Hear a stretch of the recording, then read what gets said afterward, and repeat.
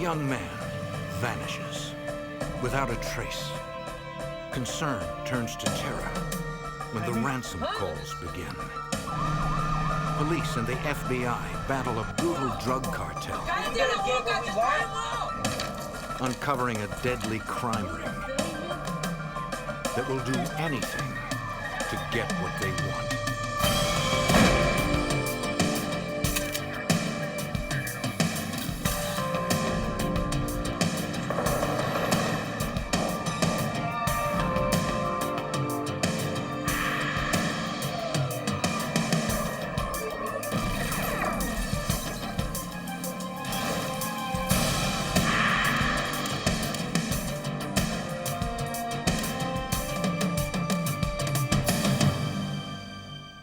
Chicago street gang thought they had figured out how to kidnap people for ransom again and again and never get caught. But their one mistake was they underestimated the Federal Bureau of Investigation. I'm Jim Kallstrom, former head of the FBI's New York office. Agents teamed up with one of the victim's brave relatives to break the ruthless gang who destroyed lives for profit.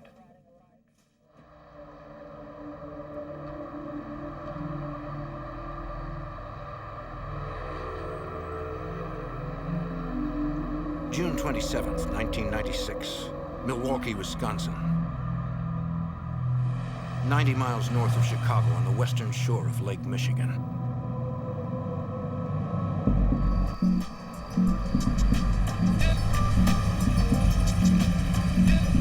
"17-year-old high school senior Jaime Estrada and his cousin Roberto Alvarez pulled up outside a convenience store on the city's south side.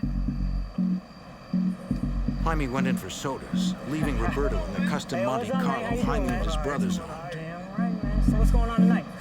The store was a popular hangout where they often met friends. When Jaime came out, he spotted a girl he recognized.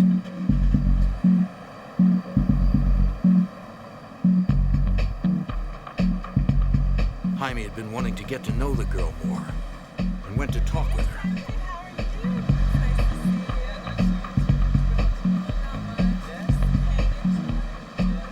Star catcher in local baseball leagues, Jaime was a popular kid.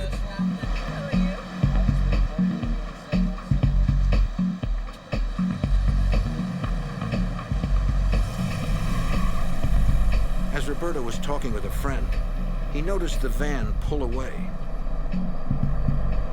He figured Jaime had left with the girl and would probably be right back.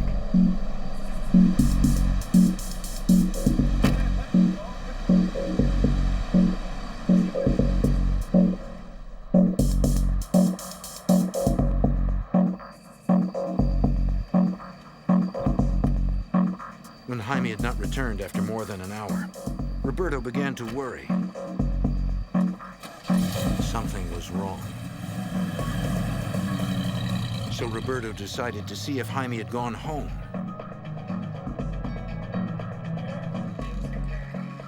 He told Jaime's brother Paulo what had happened and found he had not come home.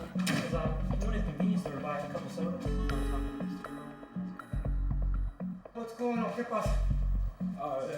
Jaime's been missing for now. No one had heard from him since he left. It was not like Jaime to run off, leaving his cousin and his car. His parents tried to figure out what to do. And then I've been waiting there for an hour. He still hasn't come back. Let's go look for your brother right now. They decided to split up and look for him in separate cars. Go together, hang out in the car. No. His mother stayed home in case Jaime called.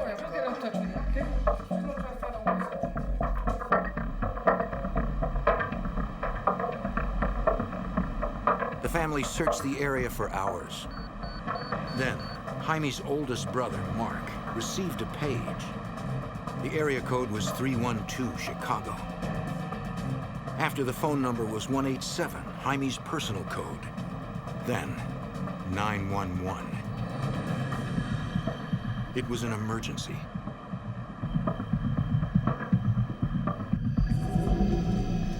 Mark stopped at the first phone booth he saw. He hoped Jaime was all right.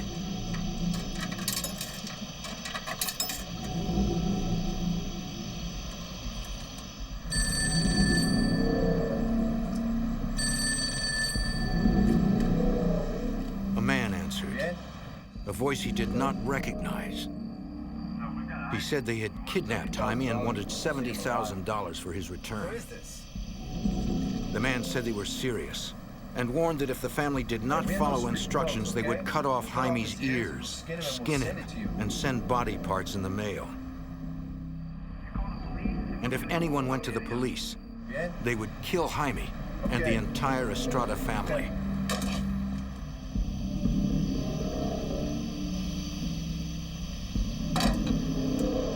Mark was in disbelief. He called the number again. Maybe it was a prank.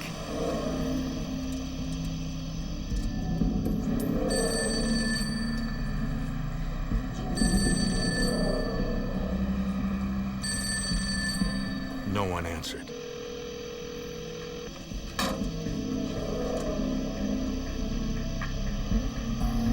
I didn't hear from anybody. Jaime's father returned home. His wife said no one called. They were all getting frantic. When Mark came back, he told them about the call, the kidnapping, the threats. Mr. Estrada wanted to call the police immediately, but Mark told them the kidnappers would torture Jaime. They'd kill him. We should do this. We can't go to the Gotta police. call They police. said if we go to the police, that they're gonna cut off his ears, they're gonna skin him, and they're gonna mail it to us. The family did not know what to do. Okay. Take him out to the kitchen. They struggled with the decision all night, waiting for another phone call. But none came. We're not waiting anymore. By dawn, Mr. Estrada could wait no longer.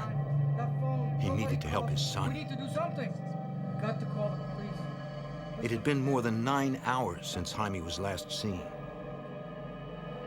Mr. Estrada decided that he and Mark would go to the police. They had to take the chance.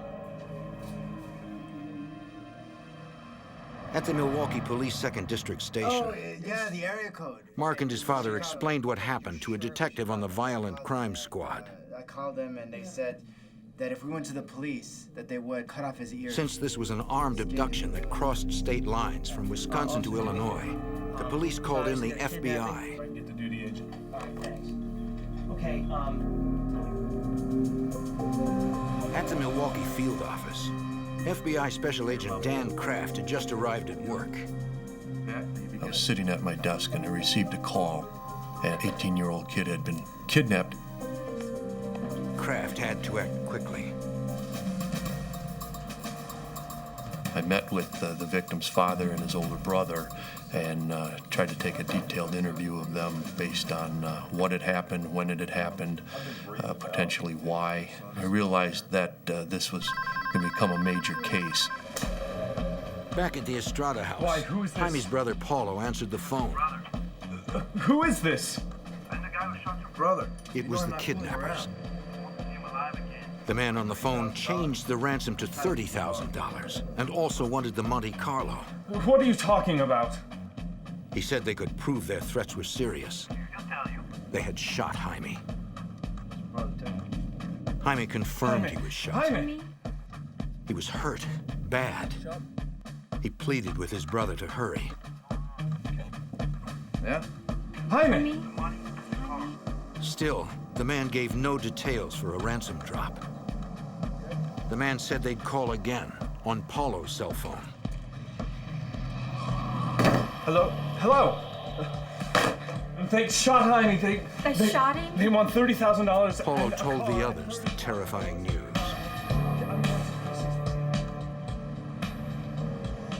If you would, come on in, have a seat over here. Paulo met his father and brother Mark at the FBI office. What we're trying to do is take control of this situation. Agents immediately tapped Paulo's cell phone since the kidnappers said they would be calling it next. make sure you push this down. Automatically start the recording before you answer the phone. We're gonna be hooking up a tapping device. They also It's gonna go attached a to our port recording and it's device and tracing system to the Estrada's home First telephone. thing you need to know is that this is the only phone that's gonna work with. As the FBI continued to set up, they kept interviewing the family, not wasting a second in gathering information. One of the first things that we did was set up what we call a rapid start. It's a computer database that helps us to manage a major case. We utilized rapid start to put in all the information that we had received at this point. Every little data point that we would come up with, even if it was partial. The sophisticated database helps track leads and find links in complex, quickly moving cases. I'll drop off one. This will be United States. Okay. There's the phone. Don't answer it yet. That afternoon, Paulo's phone rang. Real quick. He knew to try to get as much information as possible. Keep them on the phone as long as you can. Go ahead.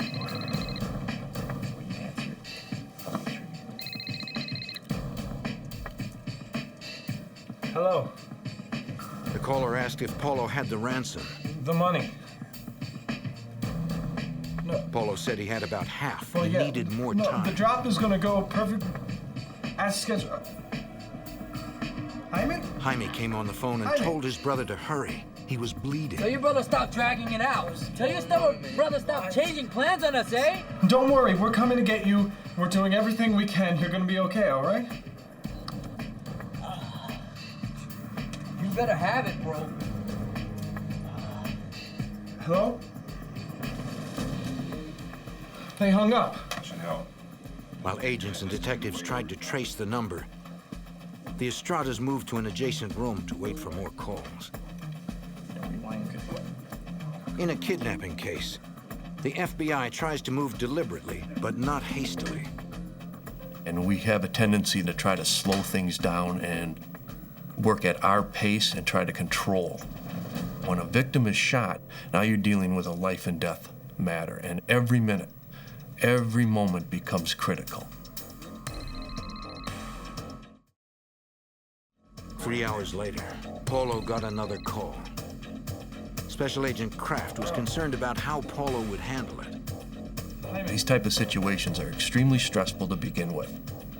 When you factor in a person who is a relative who loves the victim, cares about the victim, they're going to act on emotions every time, and they can make bad judgments. But despite the threats to his wounded brother, Paulo remained calm. The kidnappers insisted Paulo make the ransom drop of the car and cash at a fast food restaurant in Chicago. They said they'd call back with more details. They hung up. You never want to introduce a civilian into a high-risk situation. I think we should go now. But agents had no choice. Don't panic. Paulo would have to drop the car off himself. Try to keep them on the phone. But since he would need a ride back home, an undercover agent could pose as a friend to provide at least some protection from Paulo. Gonna be escorting you out to the site. The team left for Chicago.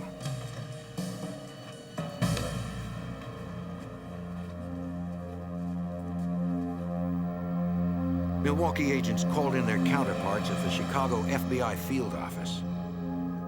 Special Agent Kevin Cassidy would take the lead in that city. Immediately after that notification from Milwaukee, when we knew the agents were coming, we started to organize our squad. And we knew that this was going to be a fast-moving case where we needed to be able to quickly mobilize our resources. The drive from Milwaukee would take an hour and a half. That gave Chicago agents time to prepare. Violent Crime Squad Supervisory Special Agent Ron Hosko set up a command post at a local sports arena. We gathered a number of folks up on the west side of the city by the United Center in a parking lot and briefed everybody on what we understood was the situation with the kidnapping demands. Everybody's gonna be on. The United Center is centrally located, which gave agents greater flexibility for quickly getting almost anywhere in the city. The perimeters. Let us know spots that we can set up our team, all right? As Paulo and Special Agent Kraft traveled to the meeting place, Kraft used the time to prepare Paulo for how to handle the next call from the kidnappers. Well, I would coach him and practice with him. I would act as a kidnapper and fire things at him, and I could see how he would react, and I could, make suggestions to him. Well, you don't want to do that, or you want to stay away from certain areas, or draw them out more by asking specific questions. Polo and Kraft finally arrived at the staging area. Surveillance agents had already checked the fast food restaurant, the site of the ransom drop. The place was far from a controlled environment. And our concerns were that there was a lot of traffic, foot traffic, pedestrian traffic, not only into the fast food shop, but in the area. And with the threats that we'd already received, we had concerns about our ability to prevent any kind of violent act with respect to the public who might be in that area at the wrong time. But Paulo and the agents were ready. They had the money and the car. Yeah. And one other thing, don't get out of your vehicle till the SUV is in position. All right? Paulo got another call. Agents had him try to change the drop site to one that would be safer for everyone. But it was important he did not appear adamant. The longer we, in effect, negotiate through the victim's brother, the more suspicious the subjects become that there's some law enforcement involvement. Ultimately, the discussions between the victim's brother and the kidnappers resulted in their agreeing to have this exchange at a department store parking lot that was a few miles away from the original location. The kidnappers ordered Paulo to leave the money in the Monte Carlo with the doors unlocked and the keys in the ignition. Once they had the ransom and were safely away, they would allow Jaime to call Paulo to tell him where he was. Agents left right away to set up at the parking lot. It was an ideal location for protecting the public, but not Paulo. Agents would need to be hidden at a distance around the perimeter. It was Paulo who would have to face the kidnappers up close. But getting his little brother back was worth the risk.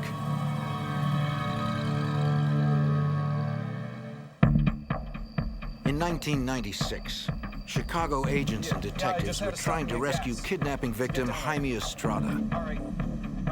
But the kidnappers would not bring their victim to the site of the ransom drop, according to FBI Special Agent Dan Kraft. What we generally will try to do is have an exchange, an even exchange, the victim and the money for an even exchange. In this particular case, the kidnappers would not do that. It was not negotiable. It was not something I was very comfortable with, but sometimes you have to bend a little bit to get your ultimate goal. The kidnappers ordered Jaime's brother Paulo to leave $30,000 in the Estrada brothers' custom Monte Carlo in a deserted parking lot.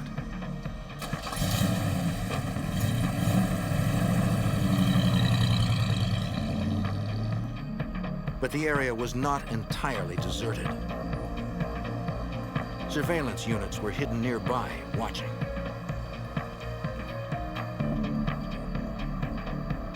Nearly 27 hours had passed since Jaime was abducted. Almost a full day since he was shot. Since Jaime needed medical attention, agents could not afford the time it might take to follow subjects or risk losing them.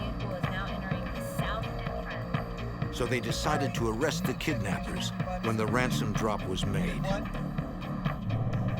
Unfortunately, the size of the location chosen by the kidnappers would make the arrest difficult to pull off. FBI Special Agent Ron Hosko. This was a big, fairly expansive parking lot that was empty. Our vehicles were, from a starting point, on the outside of that lot, trying to maintain a discreet surveillance. So they had a fair amount of open ground that they had to cross to get in there. Agents planned to counter this problem by attempting to keep the kidnappers off balance. And they wanted the car left with the keys in the ignition and the doors unlocked. Well, we were going to screw that up a little bit by having the victim's brother lock the doors to the car, because it would end up stunning the kidnappers ever so slightly to where now they will have to regroup, reevaluate the situation, come up with a different plan. We have 2 subjects in the target vehicle. After a few minutes, a gray sedan pulled in. It looked like there were 3 men inside. One of them got out, went over to the car, looked in, could see that the money was sitting on the front seat, so you could almost see him with joy and this desire. And then he goes to open up the door, and he can't get the door open, and the keys to the car are in the vehicle, because he didn't know what to do. So they go from being in control to now they have to react. We wanted to throw them off their game, and it swings the control back over to us. All units, go, go, go! The takedown signal was given. All units began to converge. But the suspects reacted instantly.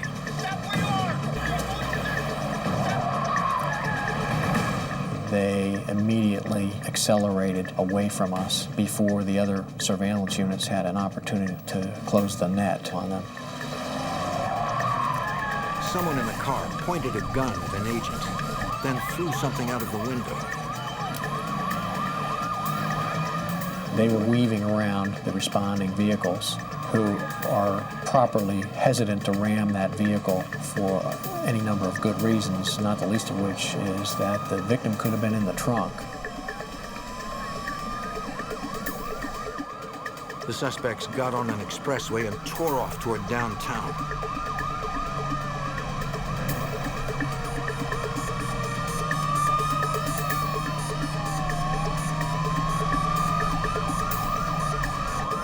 Despite the late hour, there was still civilian traffic in danger. We reached speeds of 120 miles an hour, and the kidnappers were in this stolen vehicle, and they were trying to cause an accident by going from one shoulder across 4 or 5 lanes of traffic all the way over to another shoulder, cutting cars off. All right, Cherokee, come on up the wrong side of them. We're going to take them down.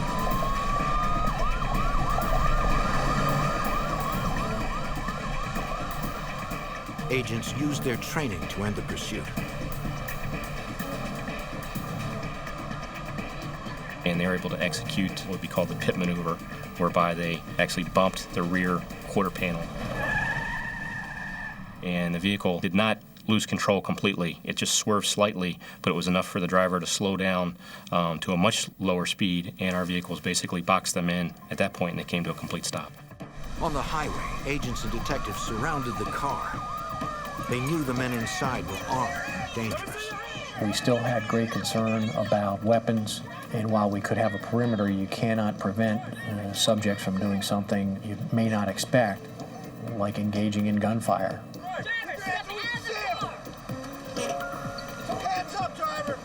We removed all of the occupants of the car. We ended up finding 3 subjects in the car. They all claimed to know nothing about Jaime Estrada and wouldn't even give agents their names.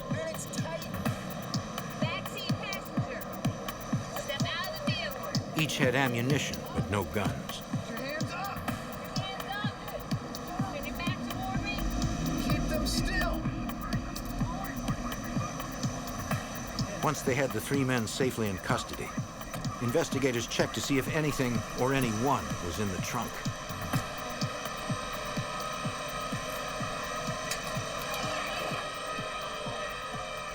It was empty.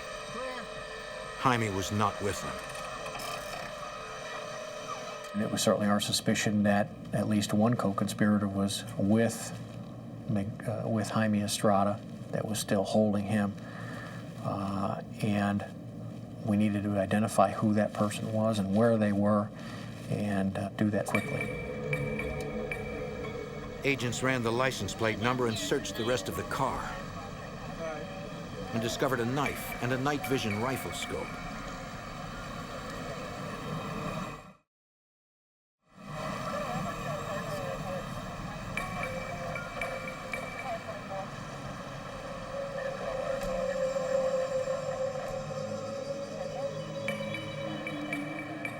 They also found several pagers, a cell phone, and a piece of cardboard with Paulo's cell phone number written on it. Cell phone number too, and go ahead and get the calling record on that. On the roadside near the start of the pursuit, agents located a loaded 9mm semi-automatic handgun. Likely the object seen thrown from the suspect's car.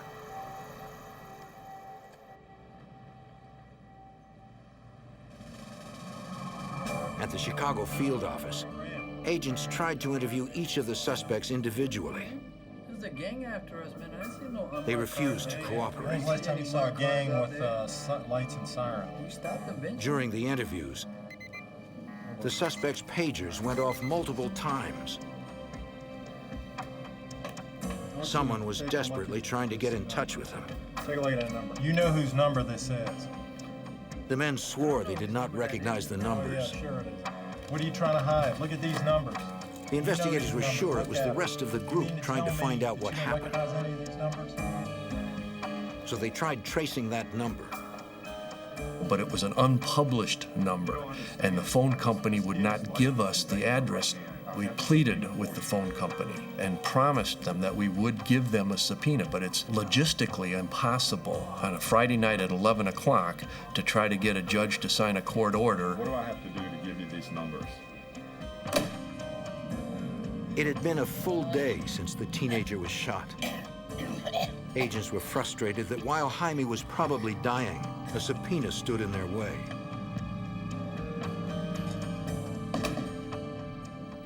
Tried to plead, man to man, father to father. I said, what if it was your child? Wouldn't you want law enforcement to do everything humanly possible? And he just basically said, I don't care. We absolutely swore to him that, trust us, with the FBI, we will get you the subpoena. The FBI? Could I please speak to a supervisor? And they said, without a subpoena, we're not going to give you the information. The night ended with no lead on where Jaime was. The next afternoon, on the city's west side, someone dumped a body.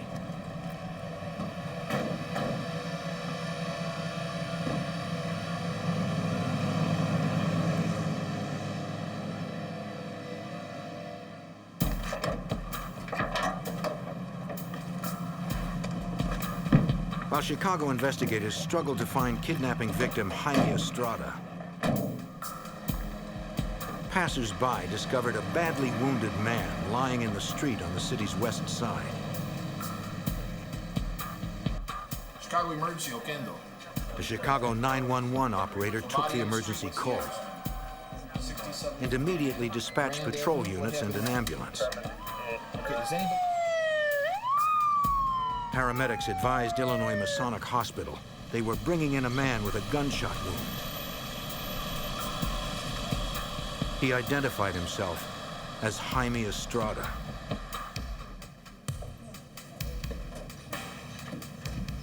A Cook County Sheriff's investigator arrived at the hospital.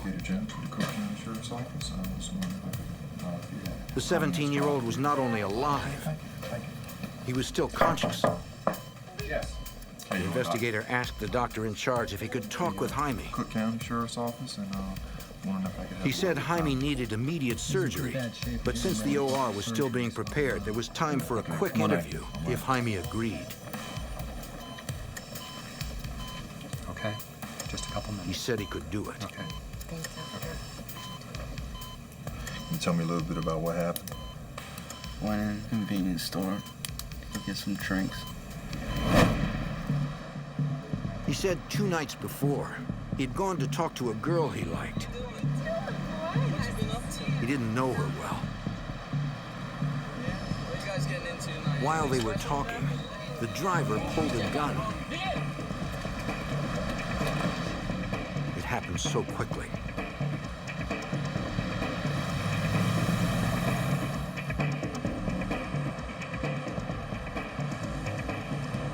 He said it felt like they drove for about 2 hours. Several armed men beat him. He could not ID them. FBI Special Agent Kevin Cassidy Jaime did not provide any real detail regarding the identifying features of his kidnappers due to the fact he was blindfolded. Jaime remembered passing 3 toll booths. He told the investigator that about 15 minutes after the 3rd toll booth, the van stopped. The men hustled him into a house or an apartment, he wasn't sure which. It's your brother, man! There they roughed him up some more, yelling about the money he owed them for the drugs. I'll kill you, bro. I'll kill you! Huh? He tried to tell them they had the wrong guy. That was the wrong thing to say. You know what I'm saying, man? I'll kill you, bro. I'll kill you! Just give me the number. What's the number, S.A.? Run. Yo, get this guy! I beat him senseless. They demanded the phone numbers to all of his family members. What? Huh? I got the number. 414-555-7577. Get this cabron out of here. The men carefully avoided speaking their own names, but there were others who did. During the time he was held there, he heard female voices, and he also heard one of those voices referred to a subject as Beto. Jaime believed it was Beto that guarded him most of the time. Sometime the next morning, Jaime was just getting to sleep.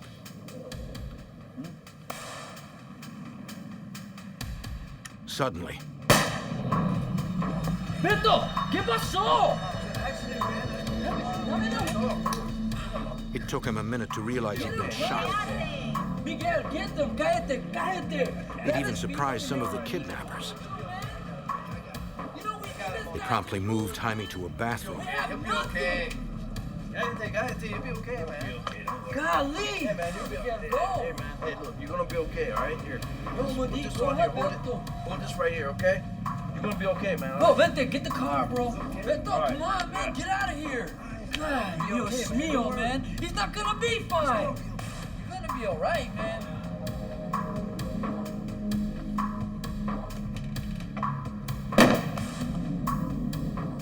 He fell in and out of consciousness, so his memory was fuzzy.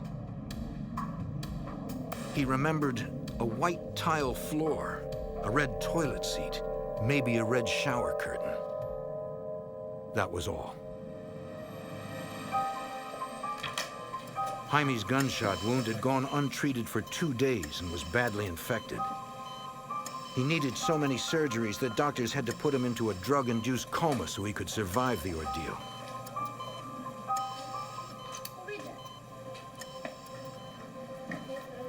Doctors were surprised at the young man's strength, that he had survived this long.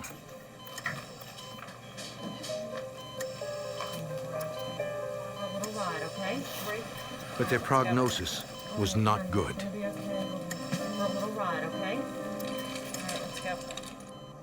Several suspects were still at large. Meanwhile, on Newland Avenue in northern Chicago, a resident heard a commotion and saw what looked like 2 armed men forcing 2 others toward a van. The captives broke loose and ran. The Jaime Estrada kidnapping case was about to become much more complicated.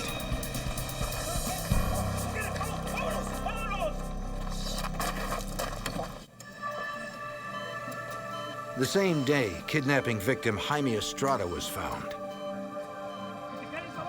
A man in northern Chicago saw what appeared to be a double kidnapping outside his house on Newland Avenue.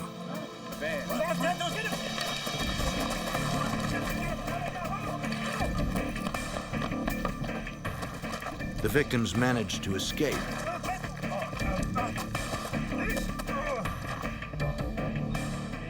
The resident contacted Chicago police, and emergency operators sent patrol officers to the scene. 32-25. Okay. Right off of Belmont.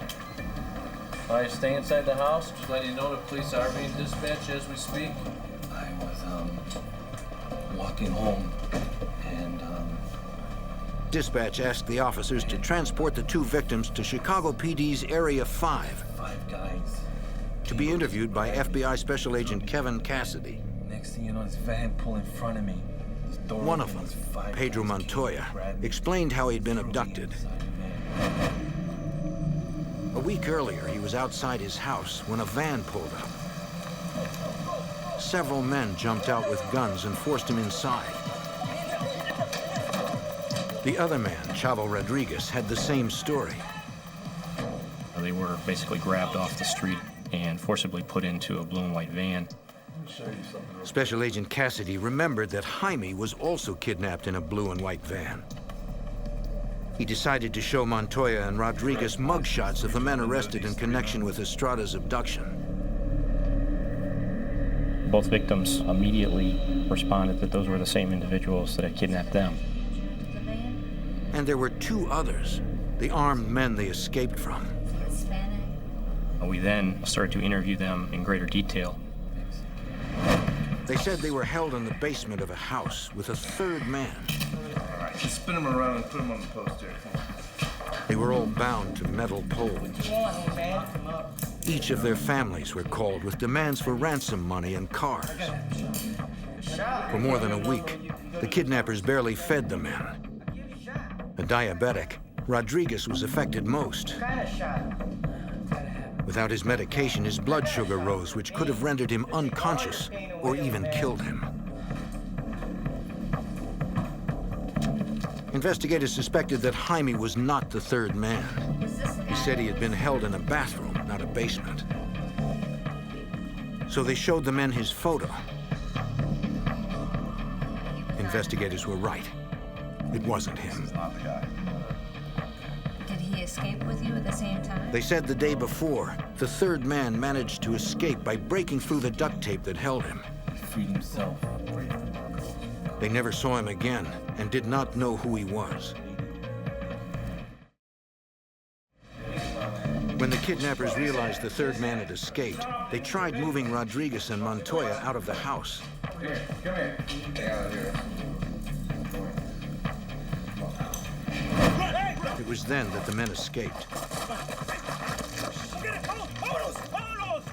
When asked why they may have been singled out to be kidnapped and held for ransom, I'll be here holding back stuff. neither man had an answer. But consider yourselves lucky that you made it out. Agents obtained a federal search warrant for the Newland Avenue house where Rodriguez and Montoya were held. They collected duct tape bindings, hairs, clothing fibers,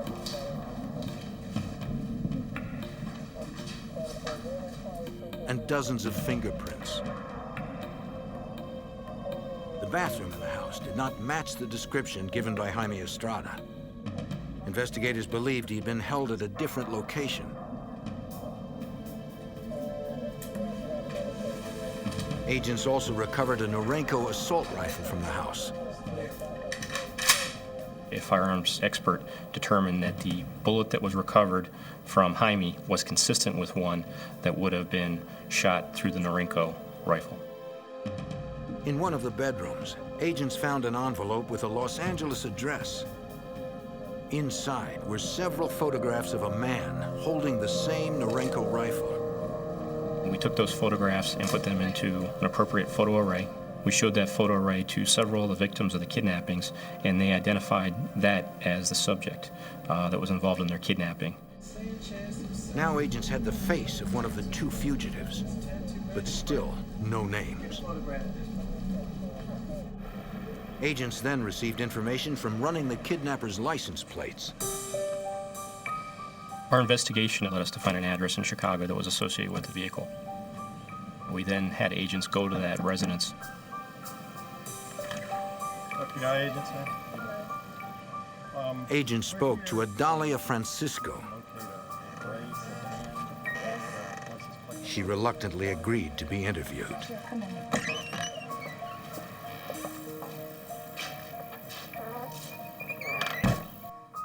After persistent questioning, Mrs. Francisco told agents that her husband, Ricardo, was in hiding having escaped from a band of kidnappers. I don't know what to do. When they kidnapped your husband? Yes, they called here and... Investigators determined he was the third man held in the Newland Avenue home. They just won't stop. I don't know what to do.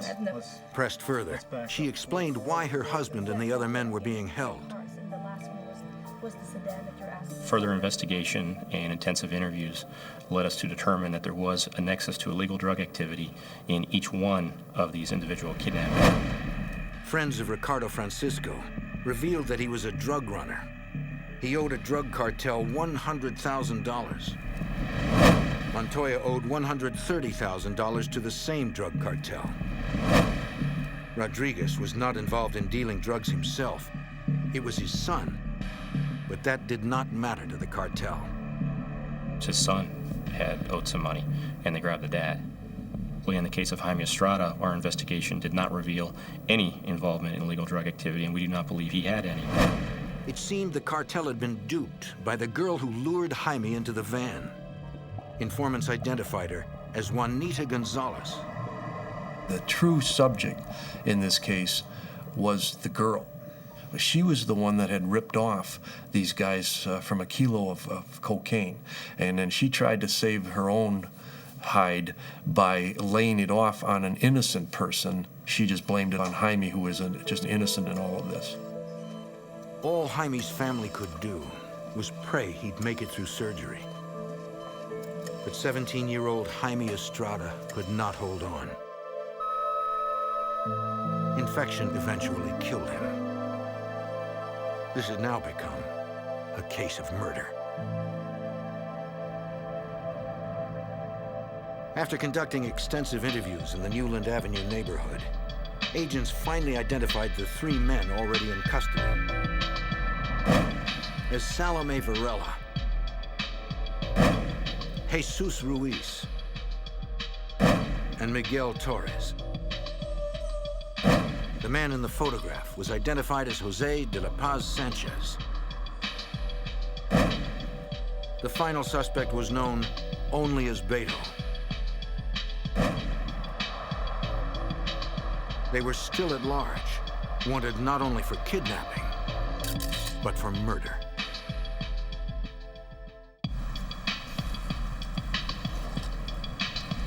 In 1996, Chicago area investigators captured 3 alleged members of a kidnapping ring that took the life of 17-year-old Jaime Estrada. They still had 3 suspects to find. FBI Special Agent Kevin Cassidy had the name of one of the fugitives, Jose Sanchez. His photo was discovered in an envelope during a crime scene search. The envelope had an address in Los Angeles. We then surmised that the subject had fled the area, and it would be logical to look for him in Los Angeles. We obtained an arrest warrant, and we forwarded that information to our Los Angeles office. In LA, FBI Special Agent Scott Hanley set out to apprehend Sanchez. Okay, all right. Yeah, thanks. Well, good luck to you. Bye.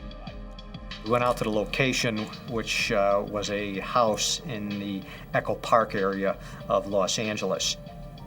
After we'd been on the house for over 3 hours, one of the team observed a male Hispanic individual walk out of the house.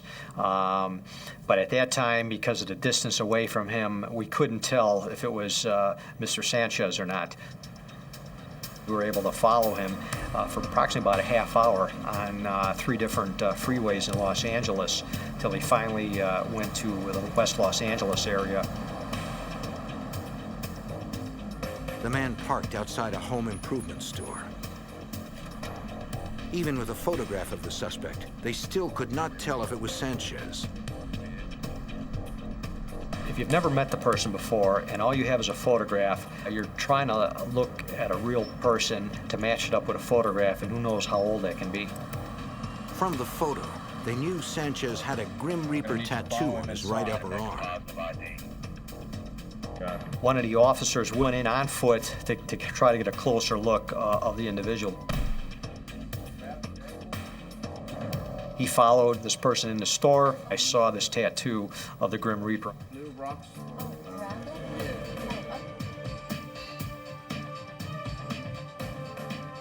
It was a positive ID. Agents were getting closer to nabbing the fourth suspect in Jaime Estrada's kidnapping and murder.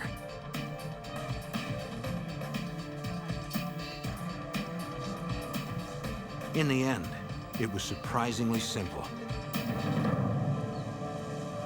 Sanchez had been handcuffed before he realized what was happening. He was unarmed and arrested without incident. Sanchez confessed to taking part in Jaime Estrada's kidnapping and was present after Jaime had been shot.